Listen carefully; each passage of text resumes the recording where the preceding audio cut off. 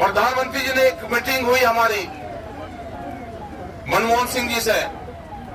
हमने उनको कहा कि आपका जो भारत सरकार का ड्राफ्ट है, अगर हम बैंक में ड्राफ्ट जमा करते हैं तो कम में चलता है।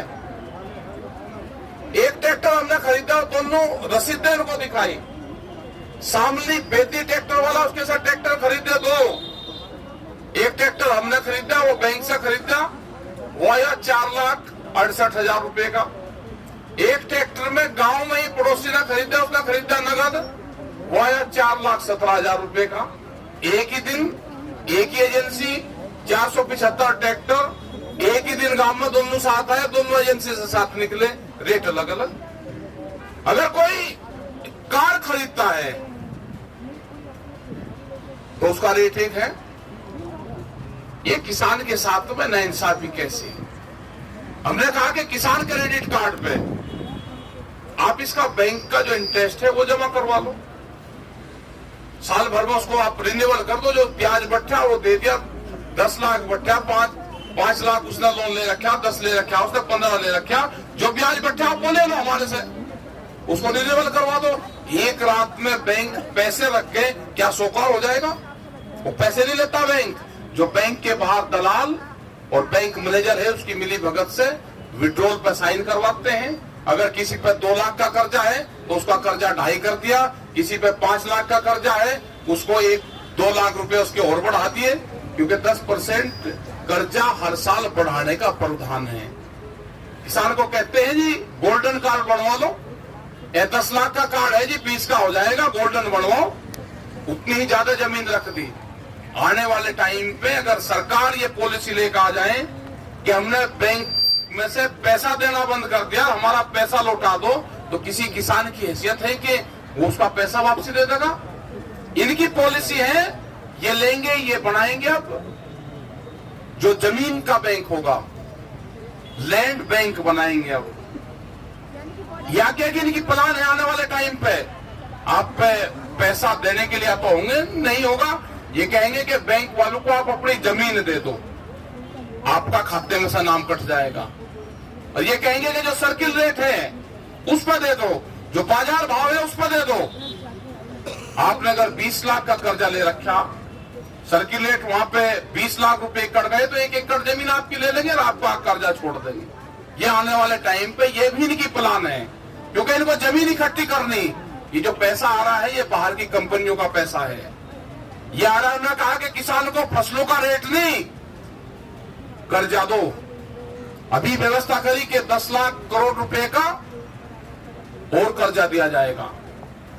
हमने कहा कि हमको कीमतें दे दो, कर्जा नहीं चाहिए, हमको कीमत दो। ये 20 साल बाद में, ये 32 साल बाद में ये जो आंदोलन की जो शुरुआत हुई है, 32 साल पहले भी शुरुआत हुई थी। उस टाइम पे हम वोट क्लब के अंदर थे, आज हम दिल्ली के चारों तरफ हैं। और जो बहुत दिन का जो एक प्लान था कि घेरा डालो और जो डेरा डालो, ये जो प्रोग्राम है इसमें सब लोग सक्सेसफुल हुए। अब ये देख रहे हैं कि कौन सी कड़ी कमजोर है, कहां से हम इस संगठन को तोड़ सकते हैं, हम कहां से इसके अंदर घुस सकते हैं। इनको कोई रास्ता नहीं मिल रहा सरकार को। इनको कमजोर कड़ी मिली नहीं रही कि जो इनके पक्ष की बात करेगा। हमने पूरा देश के किसानों का प्रस्ताव है कि बिल में जो अमेंडमेंट करना चाहते हैं, बिल में जो संशोधन करना चाहते हैं, वो एक मत से पूरे देश के किसानों ने, पूरे संगठनों ने एक मत से कह दिया कि बिल में संशोधन मंजूर नहीं है। यहां से भी हम ये प्रस्ताव करेंगे हाथ उठा के कि बिल में संशोधन मंजूर नहीं है। बिल वापसी का ही एक रास्ता खुला हुआ है। कल भी एक खबरें चलवाई, हमने कहा कि वे समझौता कर लो, दोनों लोग पीछे हट जाएंगे, सरकार भी पीछे हटे, किसान भी पीछे हटेगा।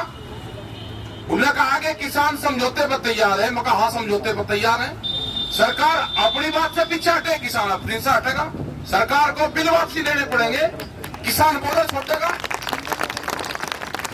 बीच का नहीं रास्ता, सरकार ने जो गलत काम करा है उससे सरकार को वापसी हटना पड़ेगा। किसान तो आ गया, किसान तो 7 साल से सरकार को तलाश करते हुए आ गया दिल्ली में। 7 साल बाद में सरकार मिली है। मिली हुई सरकार को छोड़ दे, नहीं छोड़ना। मिली हुई सरकार को नहीं छोड़ना। सरकार पकड़ी गई, उसे और टाइट पकड़ना है। सरकार का तो छोड़ना ही नहीं। गन्ने का भुगतान, हमने कहा कि प्रधानमंत्री का डिजिटल इंडिया कैंपेन है, हम किसानों को भी उससे जोड़ दो, हम भी कार्ड से पेमेंट अपना निकाल लेंगे, हमको भी बहुत बढ़िया लगेगा। हमारा गन्ने का भुगतान जो 24 फसलें हैं किसानों की, आप पहले उसी को जोड़ दो डिजिटल इंडिया कैंपेन से। हमारा गन्ने का भुगतान जैसे ही किसान गन्ना डाल रहे हैं उसके अकाउंट में पहुंच जाए, जब तक वो अपने घर पहुंचे उसके खाते में पैसे पहुंच जाए।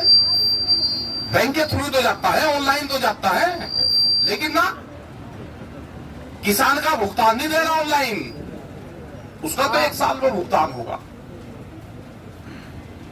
किसान धान बेच के आया, शामली का किसान धान बेचने गया, उसको पहला हरियाणा पुलिस ने हरियाणा बॉर्डर पर पिटा। उसके बाद वो मंडी में गया, मंडी पर उसको घुसने नहीं दिया, उसको वहां पिटा। फिर वो सस्ते में अपना धान व्यापारी को बेच के आया, व्यापारी ने आज तक उसके पैसे नहीं दिए। तो कितना अत्याचार करोगे। यही बिलासपुर के लोग, हमारे जो साथी है, वो बता रहे थे कि बिलासपुर की मंडी में एक बूढ़ी माँ अपने अपाहिज बच्चे के साथ में आई और वो हर दुकानदार के पास में जाती रही कि मेरा धान खरीद लो।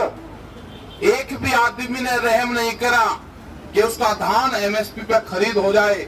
वो सस्ते दाम पे अपना धान बेच के गई। ये वो क्रांति के लोग यहाँ पर आए।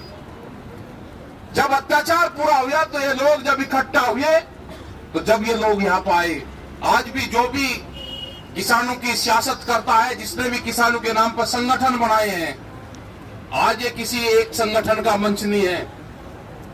ये पूरे हिंदुस्तान भर में जो भी छोटा बड़ा जिस किसान ने अपना संगठन का रजिस्ट्रेशन करवा लिया, उसको अब आ जाना चाहिए। अब अपने जो भी मोर्चे हैं उसके लगा देने चाहिए, वो आ जाए। अब लड़ाई शुरू हो गई है। ये जब भी कामयाबी मिलेगी कि जब ये रंग बिरंगे झंडे, अलग अलग बैनर यहाँ पर दिखाई देंगे, जब ही ये कामयाबी मिलेगी। किसी एक संगठन के ताकत में नहीं है कि कोई एक संगठन भारत सरकार को हरा देगा। भारत सरकार को हराएंगे देश का किसान, जो उसकी एकजुटता है और जिस हिसाब से देश का किसान की सपोर्ट मिल रही है पीछे से।